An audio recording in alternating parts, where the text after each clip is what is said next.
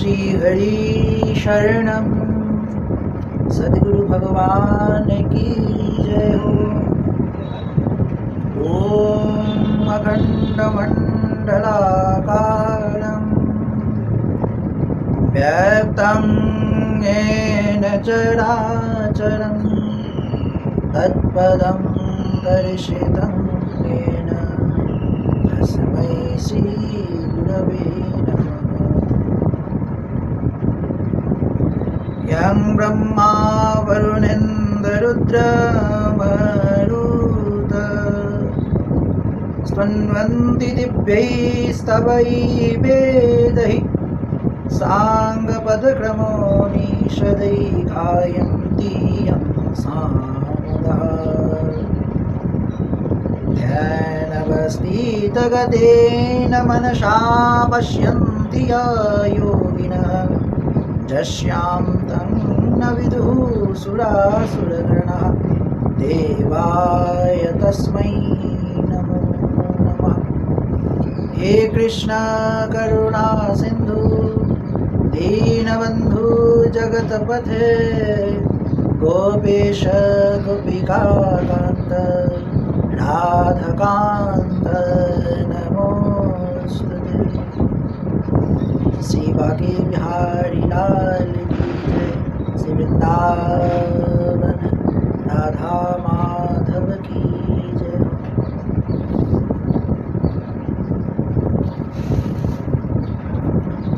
आज जो विशेष पाठ्यक्रम रखा गया है वो पुराण पुरुष सच्चिदानंद आनंद घन श्री कृष्ण परमात्मा देवता की श्रुति मधुर कर्णों को रसायन देने वाले, हृदय को अमृत रस की सागर में सिंचन करने वाला, करोड़ों जन्मों की पाप और अज्ञान को ध्वंस करने वाला एवं मनुष्यों की जीवन में हर चीज से प्रभु के साथ जुड़ने वाला, संसार की मायिक वस्तु से विच्छिन्न होकर स्वतः सच्चिदानंद घनश्याम की जीवन गाथा को आश्रय करते हुए कैवल्य की ओर, मोक्ष की ओर प्रतीक्षारत जो भक्त हैं उनके इन साधन के लिए जीवन में उन्नति और सारी मायिक वस्तु की बाधा से त्रिताप से अतिक्रम करने वाला जो पवित्र गाथा है, आज उसी का ही हम लोग मंथन करें। महर्षि गर्ग जो यदुवंश की एकमात्र साक्षात परब्रह्म को बहुत ही नजदीकी से प्रभु के अवतार से लेकर प्रभु के अंतहित होने तक ये जो द्वापर की जो समय प्रभु की जो लीला और जीवन को अति सामने से देखने वाला जो आचार्य वो ऋषि गर्ग। ऋषि गर्ग ने अपनी गुरु नारद से प्रेरित होकर जो संहिता का ज्ञान भविष्य की मनुष्यों को दिया वही गर्ग संहिता बना। ये गर्ग जी कौन थे इस विषय में थोड़ा मतभेद है। कोई कहते हैं कि आंगिरस गोत्र है और इसके पिता भूमन्यु और माता विजया, पर अधिक जो मान्यता है जो ऋषि गर्ग भरद्वाज ऋषि के पुत्र थे और सुशीला देवी की गर्भ से गर्ग जी का आविर्भाव हुआ और वो आगे चल के वृष्णि यानी यदुवंश से अपना नाता जोड़ा और उस कुल की आचार्य बने। तो हम अति पावन गाथा जो स्वर्ग की देवता, किन्नर, गंधर्व, असुर, अप्सरा मुनि योगिंद्र के लिए अगम्य है वो गाथा, एवं कि परम देवता महादेव, देवादिदेव महादेव भी तरसते हैं प्रभु की उस लीलाओं को, प्रभु की उस कीर्तन को सुनने के लिए। परमात्मा की जो संगिनी है, जो भवानी है, वो भव को बार बार प्रेरित करते हैं कि गोपाल की नाम कथा, गोपाल की कथा हमें सुनाए। बोले ऐसा नाम जिस नाम के लिए आप एक मुख नहीं, आपके 5 मुख से उस नाम की जप करते हैं। ऐसा उसका आनंद, ऐसा उसका चस्का कि भाव समाधि से आप निरस्त नहीं होते।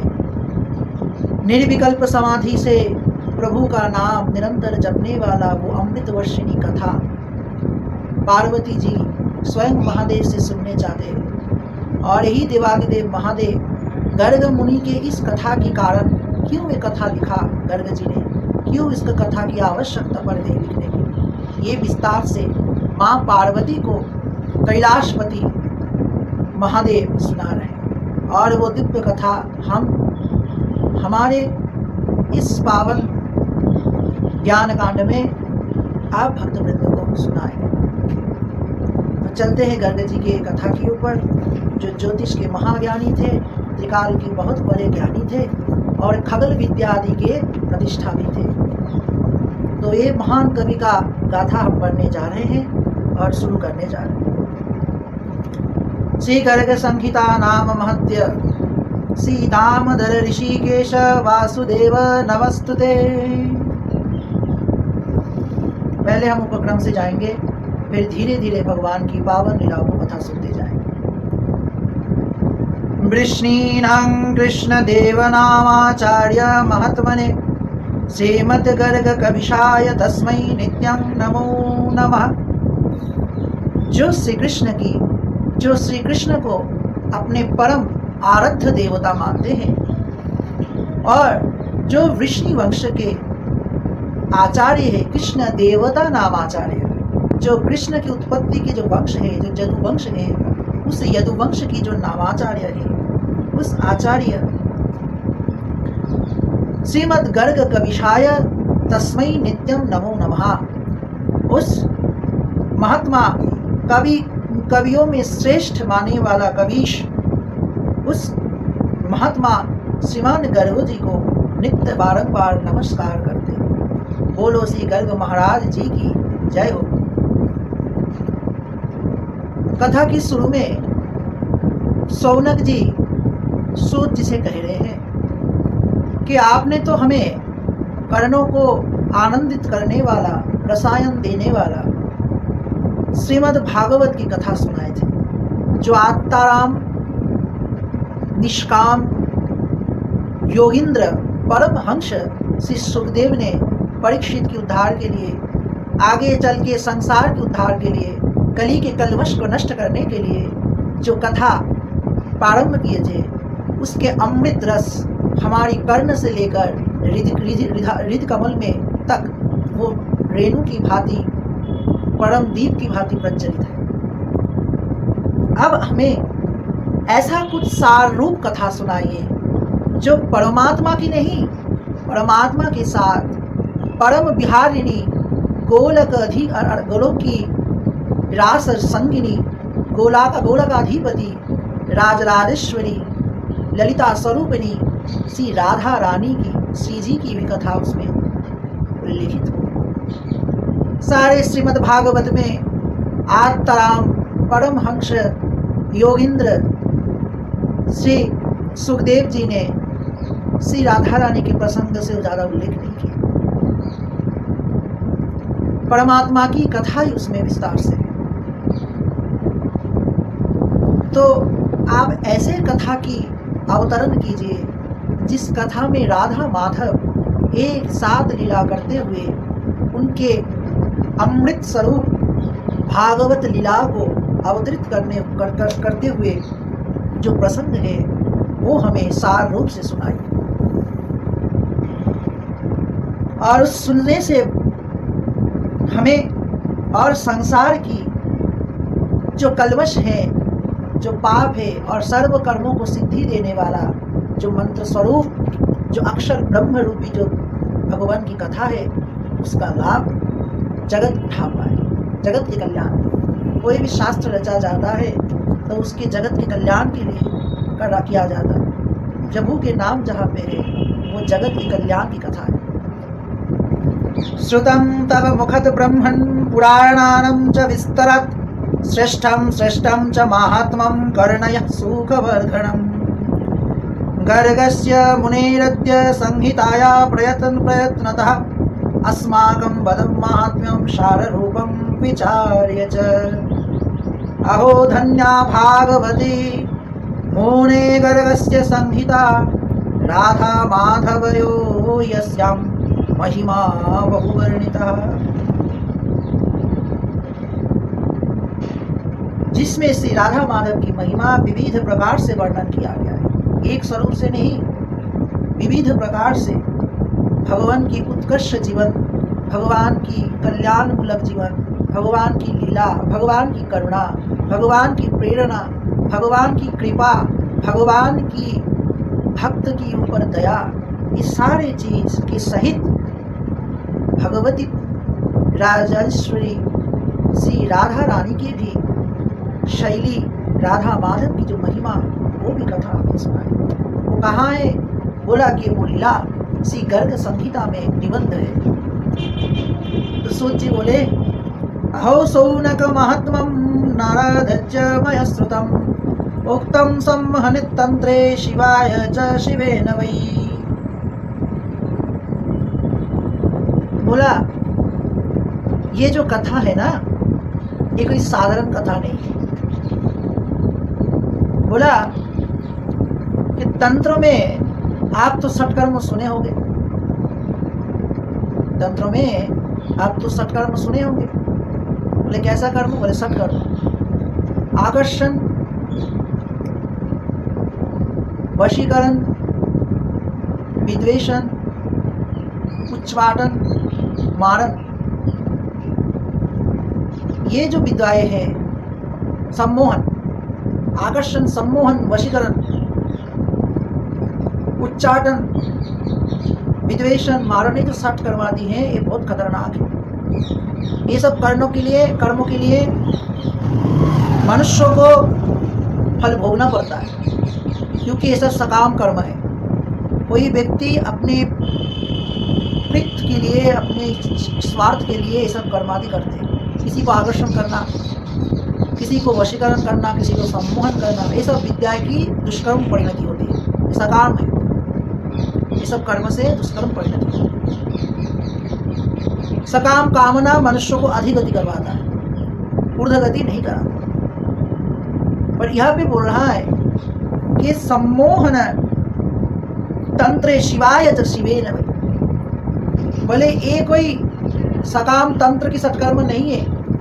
ये जो सम्मोहन है, ये सम्मोहन तो अपने आप ही हो जाता है। बोले गर्ग संहिता में रचा भगवान की जो अमृतमय से भी अमृतमय, यानी अमृत से भी अधिक कुछ अगर हो, जो नैसर्गिक हो, ऐसे दिव्य राधा और माधव की कथा इसमें ग्रंथित है। इसे कोई नास्तिक से भी नास्तिक व्यक्ति सुन ले, ब्रह्म हत्या जैसे महापातक भी सुन ले, करोड़ों वर्षों की पापी भी सुन ले, उसके भी मन में प्रेम का संचार होगा। वो प्रभु के प्रति सम्मोहित हो जाएगा, और एक बार ये विद्या सम्मोहन प्रेम लगा तो ये छूटता नहीं। बोले तंत्रों की सम्मोहन तो कभी ना कभी छूट जाएगा, 1 साल 2 साल 5 साल में रहेगा, फिर कभी ना कभी तो छूटना है। पर ये जो सम्मोहनी विद्या है, ये सम्मोहनी विद्या छूटने वाला नहीं है। एक बार किसी को लग जाए तो जब तक प्रभु किसी पाद पद्म की दर्शन ना हो, तब तक उससे पीछा छूटता नहीं। तुम भले ही छूटना चाहो, प्रभु तुमसे छूटेगा। तो बोल रहा क्या हो सौनक, हे सौनक, इस महात्मा की तो मेरे नारद से सुना था। नारदस्य मयं श्रुतम्।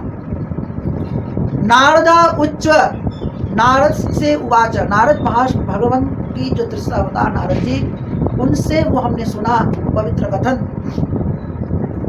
और इस सम्मोहन तंत्र में शिवजी वर्णन करते हैं। देवादिदेव महादेव इसको सम्मोहन तंत्र की स्वरूप भगवती परम्बा को कहते हैं, राजेश्वरी परम्बा को कहते हैं।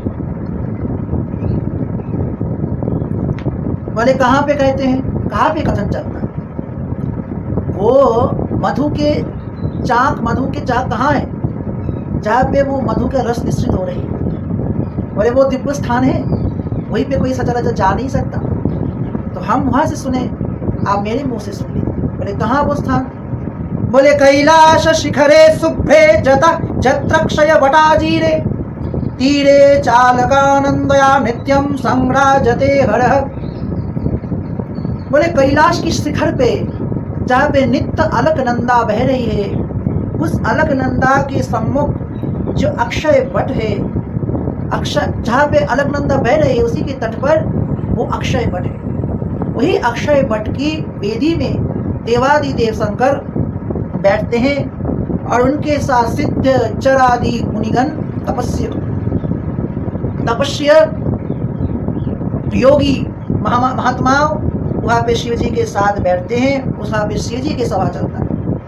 इंद्रलोक में से इंद्र की सभा चलता है स्वर्ग में, वैसे ही इंद्रपुरी की भांति कैलाशपुरी में महादेव की सभा चलती है। और वहाँ पे भगवान की जो सेवा है वो भूत प्रेत सिद्ध जड़ घन योगी परमात्मा सिद्ध पुरुष वहाँ पे विचरण करते हैं। और भगवती परम्बा शंकर चैकदा देवम गिरिजा सर्व मंगला सिद्ध्यानम श्रृण्वताम तंत्र तत्र प्रपच्च वांछितम मुदा। वहाँ पे जब भगवान शंकर जी विराजते थे तो एक समय की बात थी कि संपूर्ण मंगल, संपूर्ण जीवन की, संपूर्ण प्राणियों में मंगलकारी देवी, सर्व मंगल मांगल्ये शिवे सर्वार्थ साधिके, सर्व जन की मंगल करने वाली वो सर्वमंगला भगवती परम्बा गिरिजा ने प्रसन्नतापूर्वक भगवान शंकर से अपनी मनोभावना बात पूछी। गिरी की अपत्व अर्थ है गिरिजा, पार्वत कन्या पार्वती गिरिजा। उसने वो बात पूछी कि प्रभु आप किस में भी बोल रहे थे, किस कैसा ऐसा कथा है, कैसा ऐसी मंत्र आदि है, कैसे ऐसे सहस्रनाम आदि है जहाँ पे आपको कुछ दूसरा काम सूचना दे। बोले सिद्ध्यानम श्रृण्वतम तत् प्रपच्छम वांछितं मुदा। वहीं पे ही सिद्धगण भी ये बात को सुन रहे थे। भगवती के साथ भगवान की जब कथा होती है उस समय ये सिद्धगण भी सुन रहे थे। क्या सुन रहे थे कि भगवती ने बोला पार्वत्वाच जदेवं धयसेनाथ तस्यापि चरितं परम जन्म कर्म रहस्यं च कथयस्य ममग्रतः पुरात्वन्मुखतः साक्षात् श्रुतं तनाम्ना सहस्रागम श्रीमद्गोपालदेवस्य तत्कथा वद मे हर। बोले नाथ, बोले जिसके आप इस प्रकार ध्यान करते हो, जिसके आप इस प्रकार ध्यान करते हो, उसके उत्कृष्ट जो चरित्र कथा है, उनके जो जन्म और कर्म की रहस्य है, मेरे संक्षेप वर्णन। प्रभु तो थोड़ा हंस पड़े। प्रभु बोले जो अनादि का नाथ है, जो अपौरुष है, जो सनातन से भी सनातन है, जो आदि से भी आदि है, जिसका कोई सृष्टि नहीं, जिसका कोई लय नहीं, जिसका कोई स्थिति नहीं, ऐसा पुरुष के जन्म रहस्य सृष्टि रहस्य भला कहाँ हो सकता है? वो तो प्रभु अपने गोलक में, अपने वैकुंठ में, अपने क्षीर समुद्र में वो लीला नहीं कर पाते, क्योंकि वहां पे लीला देखेगा कौन? प्रभु के जो दिव्य लीला है वो देखेगा कौन? एकमात्र ये जो भूदेवी है, ये जो भूदेवी के जो पृष्ठ है, ये जो पृथ्वी है, इसमें ही जो मनुष्य है ही एकमात्र इसके लाभ उठा सकते हैं। परीक्षित को जब कथा सुनाया जा रहा था तब देवता लोग अमृत के भांड लेके आत्माराम परमहंस श्री सुखदेव जी के पास आए और सुखदेव जी उसे अपमान करके भगा दिए। क्यों? बोले ये जो पावन कथा है वो उसे ही मिल सकता है जो आत्मनितराम है, जो संसार रूपी बंधन से निष्काम है। कामना जहाँ पे है वहाँ पे मैं नहीं हूँ, कामना जहाँ पे है वहाँ पे मैं नहीं हूँ। तो प्रभु तो अपनी लीला करने और दिखाने के लिए जगह नहीं मिलता, लीला करने नाटक के लिए स्टेज का आवश्यक। वैसे ही प्रभु हर कल्प में, हर काल में, हर युग में जब जुगावतार होते हैं, उस जुगावतार में जब प्रभु अवतीर्ण होते हैं तब अपने लीला पृथ्वीवासी को ही दिखने के चांस मिलता है, सहयोग मिलता है। स्वर्ग के ऊपर किसको कृपा करेंगे, स्वर्ग को किसको वरदान देंगे, स्वर्ग को किसको भक्ति का मार्ग सिखाएंगे? वहाँ पे तो कुछ ऐसा बात नहीं, ना किसी को दया दिखाने हैं, ना किसी को लीला करना है, ना किसी को ऊपर करुणा करना है। वो करुणा निधान अपनी लीला महात्मा को प्रशंसित करने के लिए धराधाम में अवतीर्ण होते हैं। तो शंकर जी तो रहस्य पर कि उन जो अजन्मा है उसके बाद जिसका जन्म रहस्य क्या बताए, फिर भी जो रूप में जब भगवान कृष्ण जने राम अवतीर्ण हुए, ये जो लीला प्रसंग है ये बड़ा अति मधुर है, इसको सुनने से ही पतिता भी पावन हो जाते। बोला कि शंकर, हे कष्टहारी शंकर, आपने तो पूर्व काल में मुझे साक्षात आपकी श्रीमुख से गोपाल सहस्त्र नाम की कथा सुनाए थे, अब मुझे ये कथा सुनाइए जहाँ पे राधा और माधव की नित्य सहचर है, नित्य लीला कर रहे हैं, वैसी कथा। तो महादेव ने बोले, सर्वमंगले, राधापति परमात्मा गोपाल कृष्ण की कथा तो गर्ग जी ने सुने थे और वो गर्ग संहिता में ही सुनी जाती है। महादेव बोले, कथा गोपाल कृष्णस्य राधस्य महात्मनः गर्गस्य संहितायां च श्रूयते सर्वमंगले। पार्वती उवाच, पार्वती ने फिर से पूछा, बहुनी च पुराणानि संहितादीनि शंकर, सर्वान् विहाय गर्गस्य तं प्रशंसासि संहिताम्, तस्यां का भगवल्लीला विस्तरेण तदुच्यतां, कृतवान् संहितां गर्गः केन सम्प्रेरित पुरा, किं पुण्यं किं फलं चास्याः श्रवणापि लभ्यते, पूरा कई जने देव श्रुता मम पद प्रभो। बोले, सर्वान् विहाय गर्गस्य तं प्रशंसामि संहिताम्। बोले, पुराण और संहिता के तो अनेक हैं, परंतु आप उन सबका परित्याग करके सिर्फ गर्ग संहिता की प्रशंसा क्यों करते हैं? बोले, पुराण तो बहुत है। बोले, विष्णु के लिए 3 पुराण, ब्रह्मा के लिए 3 पुराण, शिव जी के लिए 3 पुराण, पार्वती के लिए पुराण, सबके लिए पुराण लिखे वेद व्यास जी ने। उसमें आपका रुचि नहीं, संहिता तो बहुत है, उसमें आपकी रुचि नहीं, अब गर्ग संहिता की इतना प्रशंसा क्यों करते हैं? सर्वान् विहाय गर्गस्य, सर्वान् विहाय गर्गस्य त्वं प्रशंसासि संहिताम्, ततः शंकर तस्यां का भगवद लीला विस्तरेण तदुच्यताम्।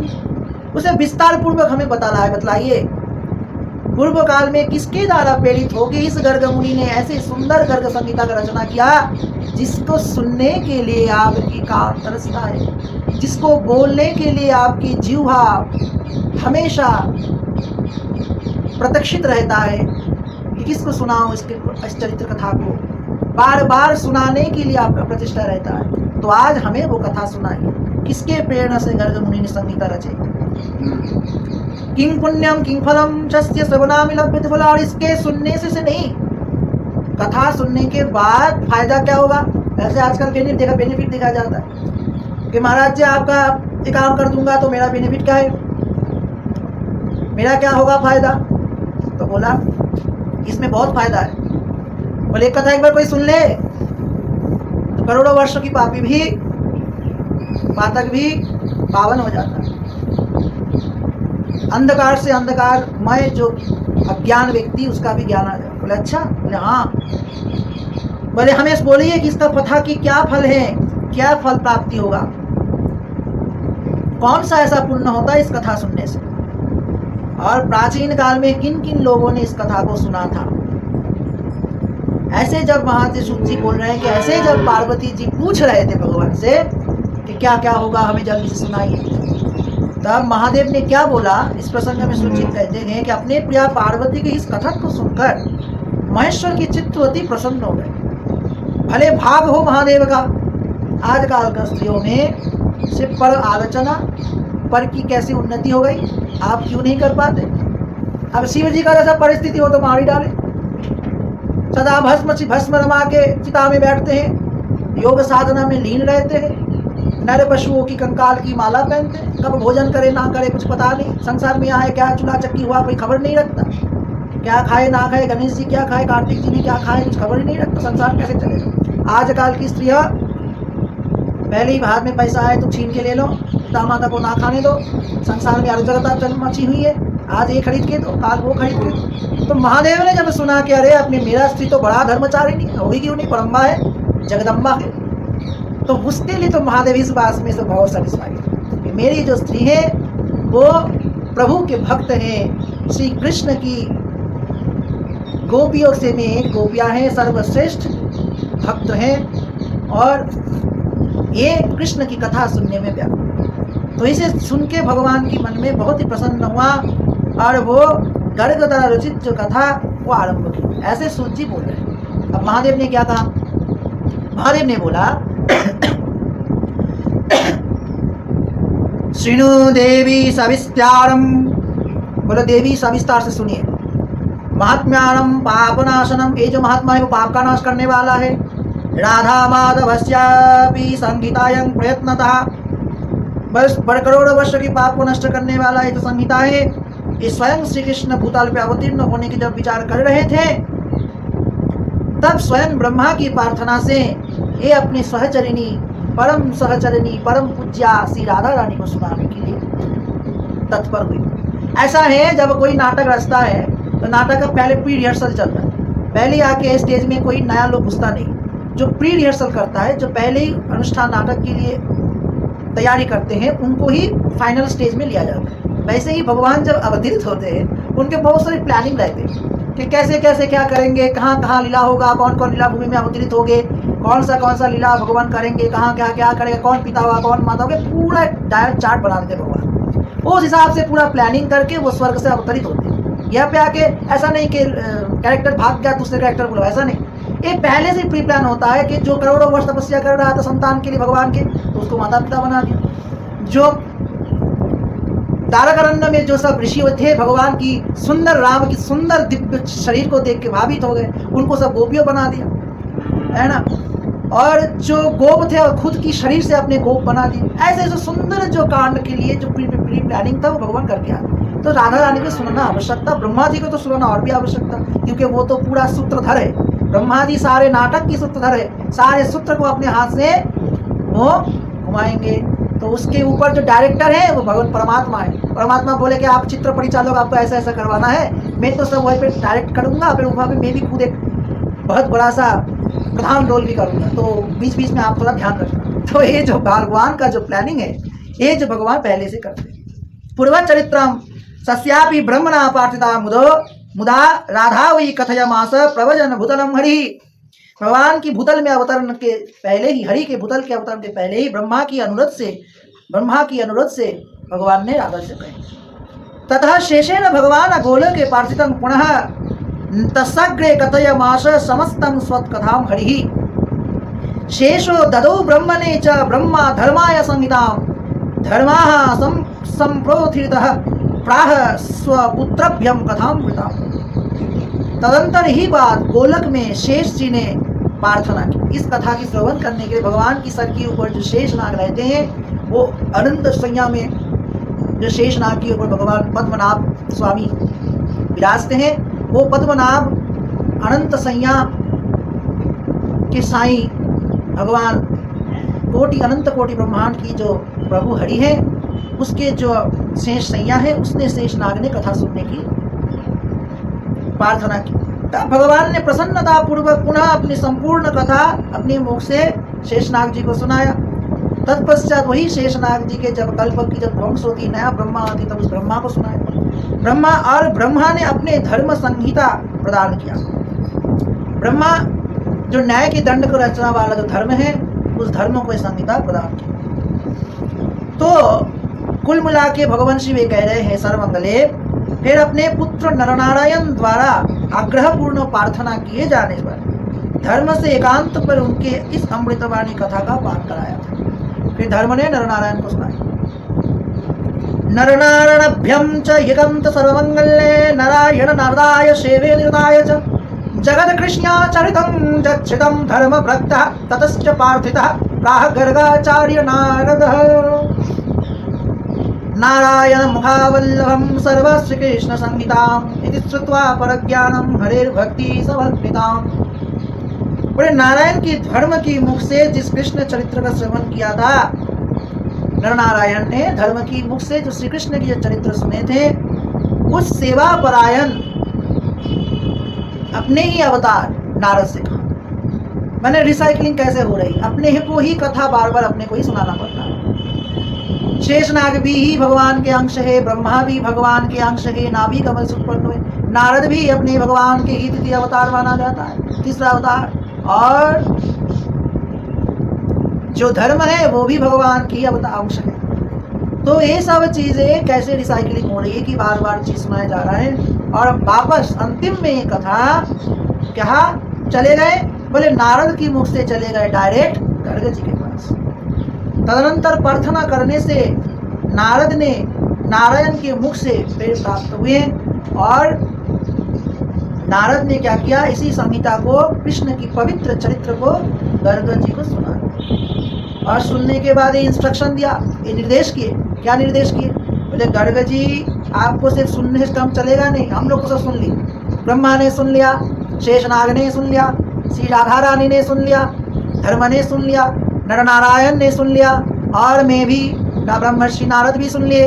आप सब सुन लिया तो लिखेगा कौन, हु कैट्स द बेल, बिल्ली के गले पे घंटी कौन बांधेगा। बोला इसके काम आपको सौंप रहा हूँ, मेरे पास तो काम नहीं, स्वर्ग मर्त्य 14 भुवन करते रहता हूँ। आप इसका जो काम है, आप इसका दायित्व, प्रिंटिंग का दायित्व आप ले लीजिए, लिखने के दायित्व आप ले लीजिए। और उसने गर्ग जी को थमा दिया। श्री हरि के भक्ति की सरोवर जो परम ज्ञान को सुनकर गर्ग जी ने महात्मा नारद की पूजन किया। अब गर्ग जी के हाथ में लटरी लग गई, इतना बड़ा काम। जब पूरा त्रेता युग में रत्नाकर दस्यु को ज्ञान दिया भगवान का, तो वाल्मीकि बने और वाल्मीकि रामायण लिखे। फिर द्वापर में कृष्ण द्वैपायन को वो कहा गया कि तुम गणेश जी की सहायता से महाभारत का रचना करो। और इस युग में देखो कितना पावन है, कितना पुण्य हो। मेरे हाथ में तो लटरी लग गई, मेरे हाथ में तो परशमणि लग गया। क्यों, बोले ये जो भगवान की जो दिव्य कथा है, जो भक्ति रस से भरपूर है, ऐसे सरोवर में डुबकी लगाने की सुयोग हमें मिल गया। और उस डुबकी में ज्ञान मिलता है, सिर्फ भक्ति नहीं, भक्ति दयो ज्ञान, भक्ति एवं ज्ञान दोनों मिलने वाला वो चीज हमें मिल गया। और उससे क्या किया, उसने उस आनंद से उसने नारद जी का पाद पद्म पूजन करने बैठ गया। ऐसे जब श्री महादेव शिव जी पार्वती को कहते हैं कि हे पर्वत नंदिनी मंगला सर्वमंगले, तब नारद ने भूत, भविष्य और वर्तमान तीनों काल की जो ज्ञाता थे, हम पहले ही कहे थे कि ज्योतिष शास्त्र की बहुत प्यारी ज्ञानी थे गर्ग जी, खगोल विद्या के भी प्रवर्तक थे वो गर्ग जी। गर्ग संहिता के ये दायित्व उसे सौंपा गया। फिर नारद जी ने कहा, मया तुभ्यं श्रावितं च यशः संक्षेपतो हरेः वैष्णवानां प्रियं गर्ग त्वमेतद्विपुलं कुरु सर्वेषां कामदं शाश्वत कृष्ण भक्ति विवर्धनम् मम प्रियं कुरु विभो शास्त्रं तु परमाद्भुतं वचसा मम विप्रेन्द्र कृष्ण दैवायनेन च सर्वशास्त्रपरां श्रेष्ठ श्रीमद्भागवतं कृतं।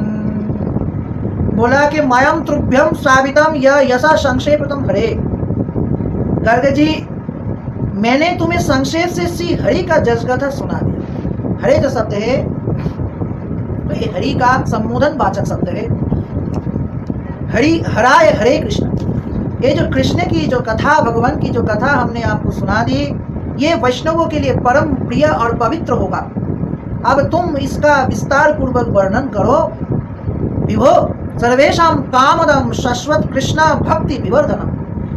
ये जो परम अद्भुत शास्त्र की रचना करो, जो शाश्वत और कृष्ण भक्ति विवर्धनम, जो शाश्वत श्री कृष्ण की भक्ति प्रदान करने वाला हो, सभी कामना को पूर्ण करने वाला। सर्वेषां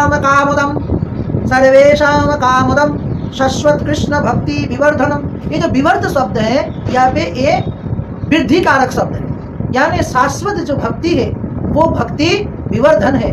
जो मनुष्य ये कथा सुने, ऐसा कथा लिखो कि राधा माधव की पवित्र लीला को सुन के मनुष्य की हृदय में विह्वल हो जाए, भक्ति का विह्वलित हो जाए, भक्ति से विह्वलित हो जाए, अश्रुपूर्ण हो जाए। और ये शाश्वत भक्ति मनुष्य का सर्व कामदम, सर्वेषां कामदम, समस्त व्यक्ति का सर्व कामना पूर्ण करने वाला, निरंतर कृष्ण भक्ति को वृद्धि करने वाला तथा मुझे परम प्रिय लगे, और मुझे भी परम प्रिय लगे।